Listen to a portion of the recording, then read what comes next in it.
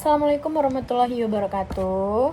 Hai teman-teman semuanya, apa kabar? Semoga kita selalu dalam lindungan Allah Subhanahu wa taala ya. Semoga kita sehat-sehat selalu ya. Amin amin ya rabbal alamin. Oke, baik. Saya memperkenalkan dulu ya sebelumnya ya. Perkenalkan, nama saya Aila Azrawadi. Saya biasa dipanggil Aila dengan NIM 253701110.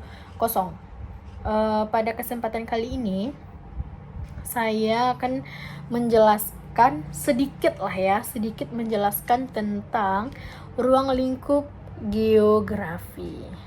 Oke, teman-teman semuanya. Nah, pada materi kali ini saya membahas tentang ruang lingkup geografi. Nah, apa sih ruang lingkup geografi itu? Mari kita bahas, oke? Yang pertama, itu ada pengertian dari ruang lingkup geografi tersebut. Ruang lingkup geografi adalah batasan pembahasan ilmu geografi yang meliputi alam, manusia, teknologi, dan pencapaiannya dalam pendidikan. Oke. Bisa kita lihat ya, dari pengertian ini merupakan meliputi ada alam, terutamanya ya, manusia, ada teknologi, dan penerapannya dalam pendidikan. Nah, yang kedua itu ada namanya aspek-aspek geografi. Apa saja aspek geografi? Aspek geografi ini kalau nggak salah ya guys ya, ada 4 ya. Ada 4 kayaknya nih. Oke, kita bahas satu-satu ya. Oke, yang pertama itu namanya aspek fisik. Nah, apa itu guys aspek fisik ini?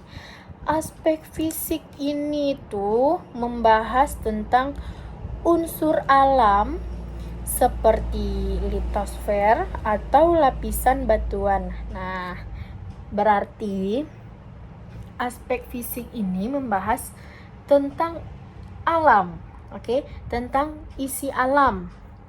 Nah, itu yang pertama ya guys, itu geografi itu yang pertama tentang alam. Seperti apa tadi? Litosfer atau lapisan batuan. Kemudian ada juga hidrosfer. Hidrosfer ini merupakan air. Lalu ada atmosfer, ini udara, dan juga biosfer, yaitu kehidupan. Ini merupakan fisik ya. Seperti apa sih contohnya? Contohnya, suatu tempat itu adalah suatu tempat banjir diakibatkan, misalnya nih, di kampung saya itu sering terjadi kebanjiran. Itu di Pangkalan Kota Baru, Kabupaten 50 Kota. Sering terjadi kebanjiran, bisa diakibatkan oleh curah hujan yang tinggi, itu juga bisa, dan kondisi topografinya rendah. Memang di tempat saya itu memang rendah guys, memang rendah. Karena apa? Karena sudah di bawah gitu ya. Nah, itu bisa selalu banjir itu guys. Kemudian ada namanya aspek sosial. Nah, berhubungan dengan sosial nih ya. Ini berarti menelaah interaksi manusia, berarti ini sosial ini manusia. Sosial ini menelaah interaksi manusia dan dengan lingkungannya. Contohnya, urbanisasi yang menyebabkan kepadatan penduduk di kota besar. Nah, ini contoh dari aspek sosial ya. Nah, kemudian ada lagi aspek teknik, ini yang ketiga ya. Aspek teknik ini berkaitan dengan metode pemetaan. Ini berkaitan dengan metode pemetaan dengan teknologi seperti GIS atau citra satelit. Contohnya, pemetaan wilayah rawan longsor. Nah, ini contohnya. Kemudian ada aspek kependidikan. Aspek kependidikan ini penerapannya dalam geografi itu dalam pembelajaran untuk meningkatkan kesadaran lingkungan ya. Contohnya berhubung ke pendidikan ya. Kita kasih contoh siswa melakukan observasi lapangan di sekitar sekolah. Nah, itu contoh dari aspek kependidikan ya. Kemudian contoh kasus nyata. Contoh kasus nyata yang pertama itu ada urbanisasi tadi ya, yang di Jakarta. Aspek fisiknya ada namanya lahan terbatas dan kualitas udara menurun. Nah, itu di perkotaan itu sangat sering terjadi ya. Kemudian dari aspek sosialnya, dari aspek interaksi manusianya, itu adalah muncul pemukiman kumuh. Kan di Jakarta itu kan banyak ya pemukiman yang kumuh. Oke. Kemudian dari aspek tekniknya ini pemetaan wilayah padat penduduk untuk tingkat kota.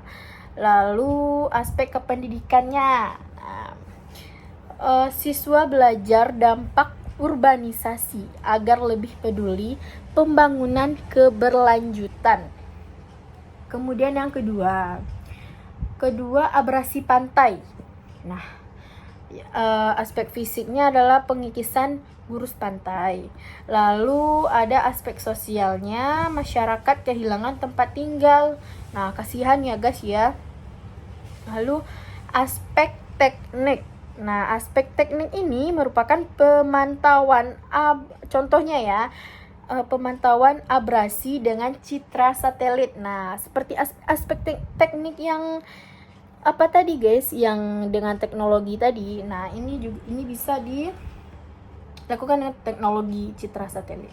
Kemudian aspek kependidikan.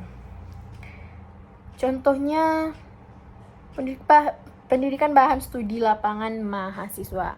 Padi, misalnya padi bahan studi lapangan untuk mahasiswa.